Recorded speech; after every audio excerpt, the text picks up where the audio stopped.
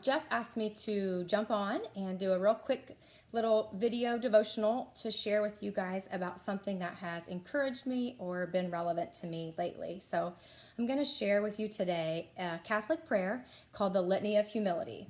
And I ran across this in a Facebook post, actually. It was on December 28th of 2019, and I was scrolling through Facebook, and I saw a post that a dear friend of mine had posted on her Facebook wall. And what drew me to it, really, actually what God used to draw me to that post, was not the actual prayer, but what she posted in the comments when she posted that picture. And I'm going to read that to you today.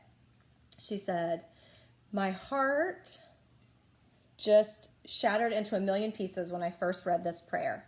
I have served the idol of pleasing and impressing others my entire life. To turn my back on that would be the unraveling of my soul."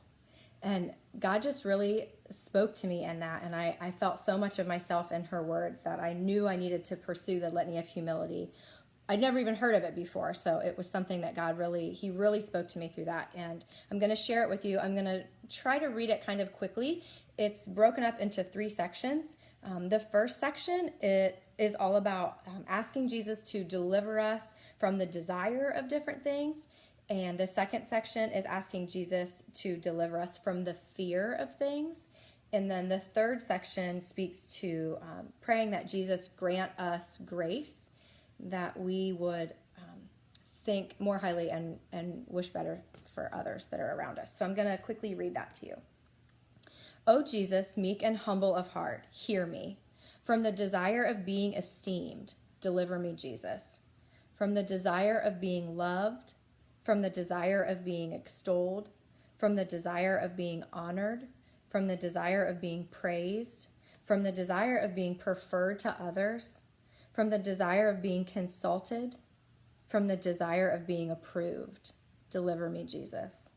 Deliver me, Jesus, from the fear of being humiliated, the fear of being despised, the fear of suffering rebukes, the fear of being defamed, the fear of being forgotten, the fear of being ridiculed, the fear of being wronged, the fear of being suspected. Deliver me, Jesus. Jesus, grant me the grace to desire that others may be loved more than I, that others may be esteemed more than I.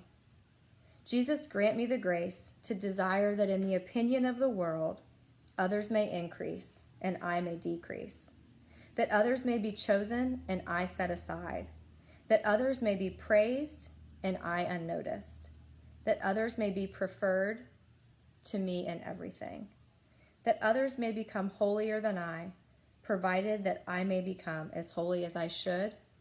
Jesus, grant me the grace to desire it."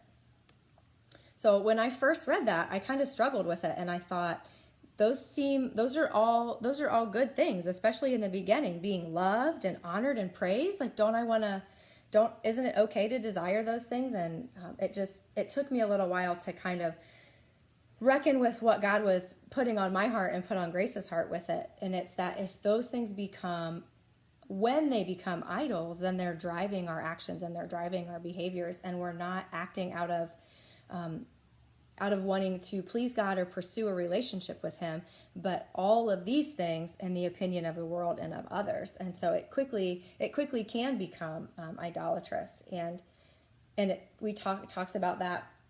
I'm going to give you some scriptures here that you can kind of jot down or look up later instead of reading them all here right now. But those idols had ensnared me, and it talks about that in Psalm 106:36, where you practice those things for so long you don't even notice it until you're caught, and then you're caught. So God really gave me a sense of awakening when I read this and when He put this on my heart.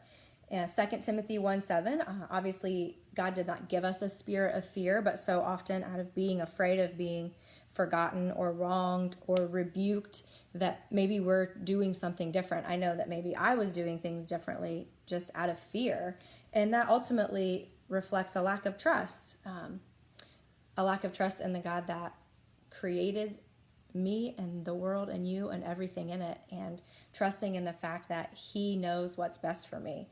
And anytime you let those fears or those desires become idols, you're just ultimately settling for less than what God has to offer for you.